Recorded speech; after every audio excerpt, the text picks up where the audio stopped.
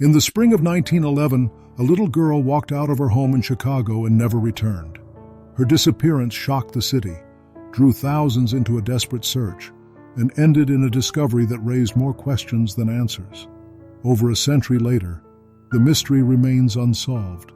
This is the true story of Elsie Paroubek. Elsie Paroubek was just 4 years old.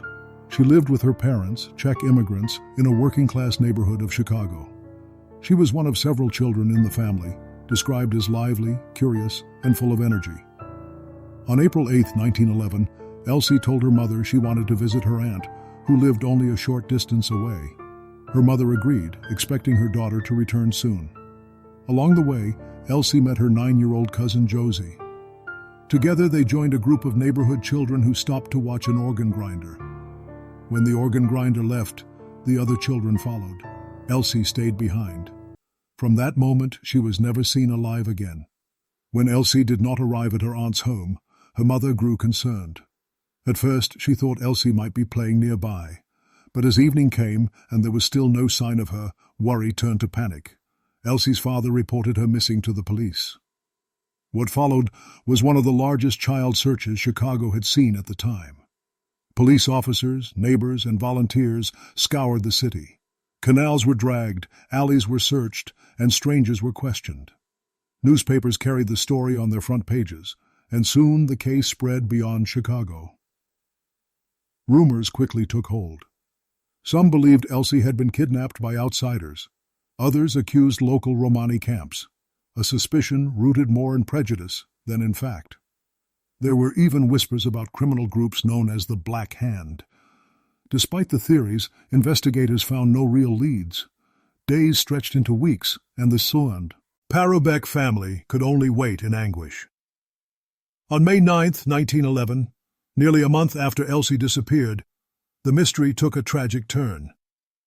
In Joliet, about 35 miles southwest of Chicago, workers at a power plant were carrying out their usual duties when something unusual caught their attention in the canal. At first, they thought it was just debris drifting in the water.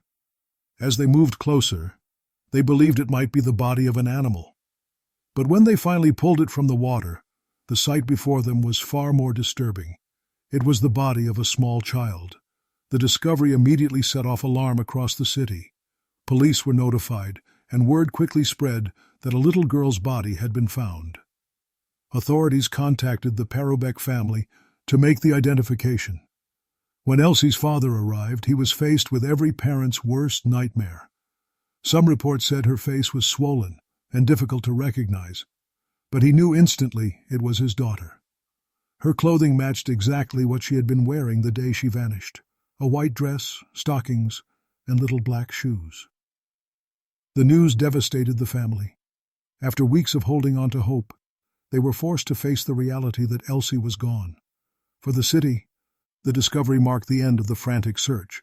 But for investigators, it opened up a new and more troubling chapter. How did Elsie's body end up in a canal more than 30 miles from home? And what had really happened to her in the days after she vanished? When Elsie's body was first examined, doctors noted that there were no clear signs of violence on the surface. Her body had been in the water for some time, and decomposition made it difficult to study in detail. Because of this, the earliest reports suggested a simple explanation: that she had drowned. But soon, other voices within the investigation began to raise doubts. Some examiners pointed out that her lungs did not show the usual signs of drowning. Instead, they suggested she may have been smothered or strangled before her body was placed in the canal. The difference was critical. One pointed to an accident, the other to murder.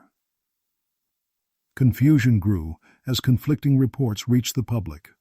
One newspaper would describe the death as drowning, while another hinted at foul play. This uncertainty fueled speculation among citizens. Was Elsie abducted, killed, and then discarded in the canal? Or had she wandered too far, fallen into the water, and drowned in a tragic accident? The official records did little to clear up the mystery. In the end, the cause of death was formally listed as unknown. Without a clear answer, the investigation could not move forward. Detectives had no evidence strong enough to charge anyone, and the lack of certainty left the door open for endless rumors. For the grieving family, this uncertainty was unbearable. They had lost their daughter, yet they could not even be told how or why she had died, and for the public, the mystery only deepened. The story of Elsie Paroubek became not just a tragedy, but an unsettling riddle that left an entire city uneasy. Elsie's funeral was held just 3 days after her body was recovered, on May 12, 1911. The service took place at the Paroubek family home in Chicago, and what happened that day showed just how deeply this tragedy had shaken the city. Newspapers at the time described an extraordinary scene. See, crowds began gathering early in the morning. By the time the funeral began, reports estimated that between 2,000 and 5,000 people had surrounded the family home. Streets were filled with mourners, some standing in silence, others openly weeping. Many had never met Elsie or her family, but the story had touched them so deeply that they felt compelled to pay their respects. The small coffin was carried onto the lawn, surrounded by flowers and wreaths sent by neighbors, churches, and community groups. Local clergy led prayers, and hymns were sung as the family stood in grief. It was said that the number of people present made it difficult for the funeral procession to move through the streets. For the Paroubek family, the sight was overwhelming. They had lost their daughter in a sudden and unexplained tragedy, but they were surrounded by thousands who shared in their sorrow. The scale of the funeral reflected how Elsie's disappearance had grown beyond a private family tragedy. It had become a public heartbreak, a symbol of fear, loss, and unanswered questions across Chicago. And yet, despite the outpouring of sympathy, there was no closure. The funeral marked the end of the search, but not the end of the mystery. More than 100 years later, the truth about what happened to Elsie Paroubek remains unknown. Was she the victim of a crime, or did tragedy strike in another way? With the evidence long gone, it is unlikely we will ever know. What does remain is the memory of a little girl whose disappearance shook an entire city, and whose story has never been forgotten. Elsie's case stands as one of Chicago's most haunting unsolved tragedies. But Elsie's story is only one of many mysteries hidden in the shadows of history. If you want to uncover more chilling accounts of the unexplained, keep watching the Witness Archives.